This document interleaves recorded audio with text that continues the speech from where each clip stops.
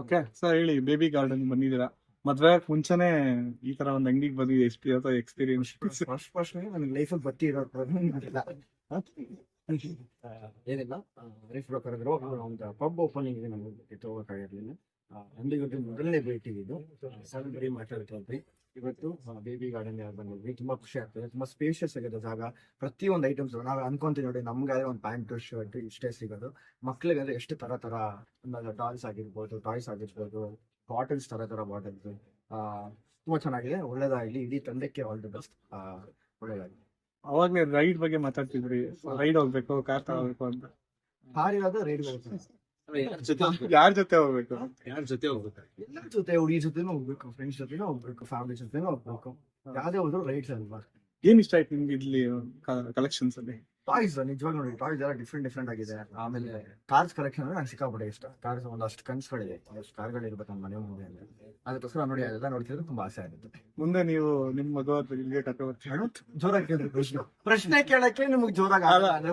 Okay okay, ನಿಮ್ಗೆ ಮುಂದೆ ಮದ್ವೆ ಆಗಿ ಮಗು ಆದ್ಮೇಲೆ ಸೊ ಈ ತರ ಟಾಯ್ಸ್ ಎಲ್ಲ ಕೊಡ್ಸೋ ಪ್ಲಾನಿಂಗ್? ನಾನು ಒಬ್ಬ ಮನುಷ್ಯ, ಮದುವೆ ಆದ್ಮೇಲೆ ನಾನು ಬರ್ಬೇಕು, ಫ್ಯಾಮಿಲಿ ಜೊತೆ ಮಕ್ಳಿಗೆ ಏನ್ ಬೇಕೋ ತಗೊಂಡ್ಬೇಕು, ಫ್ಯಾಮಿಲಿಗೆ ಏನ್ ಬೇಕೋ ತಗೋಬೇಕು, ಎಂತಿಗೆ ಏನ್ ಬೇಕೋ ಅದನ್ನ ಕೊಡಿಸ್ಬೇಕು. ಅದೇ ತಾನೆ. ಮೇಡಮ್, ನೀವ್ ಹೇಳಿ, ನಿಮ್ಗೇನ್ ಇಷ್ಟ ಆಯ್ತು? ರಕ್ಷಕ್ ಅವ್ರು ಏನ್ ಕೊಡ್ಸಿದ್ರು? ರಕ್ಷಕ್ಕೆ ಆ ಕಾರ್ ಅದೆಲ್ಲ ಇಷ್ಟ ಆಯ್ತು. ಬಟ್ ನನಗೆಲ್ಲ ಕ್ಯೂಟ್ ಸ್ಟಫ್ ಇದೆಲ್ಲ ಎಷ್ಟು ಕ್ಯೂಟ್ ಆಗಿದೆ. ರಮೋಲ ತರ ಎಲ್ಲ ಕ್ಯೂಟ್ ಆಗಿದೆ. ಕ್ಯೂಟ್ ಆಗಿರೋದೆಲ್ಲ ನನಗೆ ತುಂಬಾ ಇಷ್ಟ ಆಯ್ತು. ಡಾಲ್ಸ್ ಡಿಫ್ರೆಂಟ್ ಆಗಿದೆ. ಅದ್ರಲ್ಲಿ ಈ ಗೂಬೆ ನನಗೆ ತುಂಬಾ ಇಷ್ಟ ಆಯ್ತು. ಯಾಕೆ ಇಷ್ಟ ಆಯ್ತು ಹೇಳಿ? ಸೊ ಇಷ್ಟು ಇವರು ಇದನ್ನು ತೋರಿಸಿ, ಹಂಗೆ ನೋಡಿ ಇದೆಲ್ಲ ಸೆಲೆಕ್ಟ್ ಮಾಡಿದ್ದಾರೆ. ಇಷ್ಟು ಡಿಫ್ರೆಂಟ್ ಆಗಿದೆ. ಗೂಬೆ ಯೂಶಲ್ ಎಲ್ಲರೂ ಕ್ಯೂಟ್ ಅನ್ನಲ್ಲ, ಮಾಡಲ್ಲ. ಕ್ಯೂಟ್ ಆಗಿದೆ. ನಾನು ಗೂಬೆ ತಗೊಂಡಿದ್ದೀನಿ. ಕ್ಯೂಟ್ ಆಗಿದೆ. ಲೈನ್ ಕೂಡ ಇದು ಕ್ಯೂಟ್ ಆಗಿದೆ. ಅದ್ರ ಎಕ್ಸ್ಪ್ರೆಷನ್ಸ್ ಇದು ಕಲರ್ ಇತ್ತು. ನಾನು ಇದನ್ನ ಸೆಲೆಕ್ಟ್ ಮಾಡಿದೆ. ಎಲ್ಲ ಕ್ಯೂಟ್. ಸೊ ಫೈನಲಿ ರಕ್ಷಕ್ ಜೊತೆ ಸೇರಿ ಸ್ವಲ್ಪ ರಮೋಲನ್ನು ಚೆನ್ನಾಗಿ ಮಾತಾಡೋದು ಕಲ್ತಿದ್ದಾರೆ. ಮಾತಾಡಿದ್ರೆ ಚೆನ್ನಾಗಿ ಮಾತಾಡೋದು. ಗುಡ್.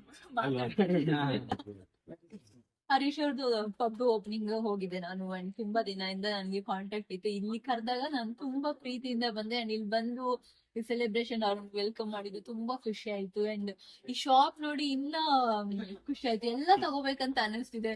ಆಲ್ರೆಡಿ ನಾನು ಇನ್ನ ಶಾಪಿಂಗ್ ಮಾಡೋದ್ರಲ್ಲೇ ಇದ್ದೀನಿ. ಒಳ್ಳೇದಾಗ್ಲಿ. ನೀವು ಯಾವ್ದೇ ಬಿಸ್ನೆಸ್ ಮಾಡಿದ್ರು ತುಂಬಾ ಕ್ರಿಯೇಟಿವ್ ಆಗಿ ಚೆನ್ನಾಗಿ ಮಾಡ್ತೀರಾ. ಸೊ ಐ ಹೋಪ್ ನೀವು ಯಾವಾಗ್ಲೂ ಸಕ್ಸಸ್ಫುಲ್ ಆಗಿರ್ತೀರಾ.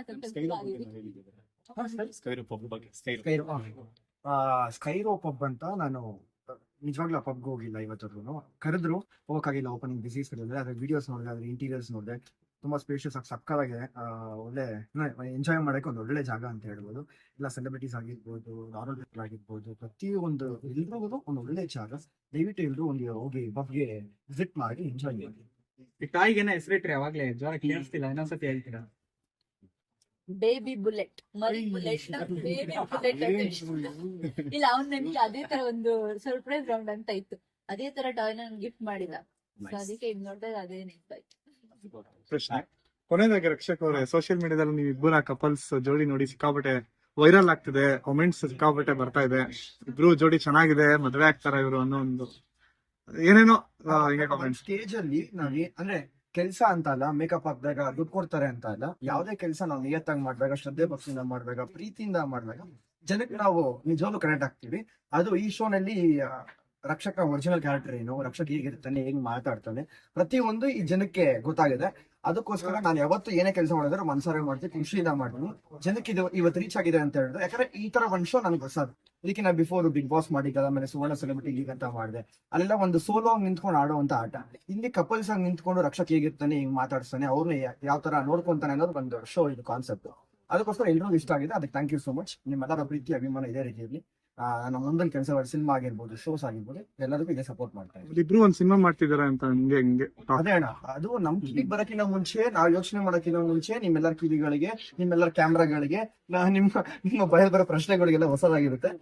ಆ ತರದೆಲ್ಲ ಆದ್ರೆ ನಿಜವಾಗ್ಲೂ ಖುಷಿನ. ಯಾಕಂದ್ರೆ ಇದು ಒಂದೇ ಕೆಲ್ಸಕ್ಕೆ ನಿಂತ್ಕೊಂಡ್ಬಾರ್ದು. ಇನ್ನೂ ಮುಂದಿನ ಸ್ಕೂಲಲ್ಲಿ ಒಂದು ಆಲ್ಬಮ್ ಸಾಂಗ್ ಆಗಿರ್ಬೋದು, ಸಿನಿಮಾ ಆಗಿರ್ಬೋದು, ಏನೇ ಸಿಕ್ಕಿದ್ರು ಖುಷಿನ ಮಾಡ್ತೀವಿ. Thank you. ಎಲ್ರು ಕೂಡ ಅದೊಂದು ಓಕೆನಾ?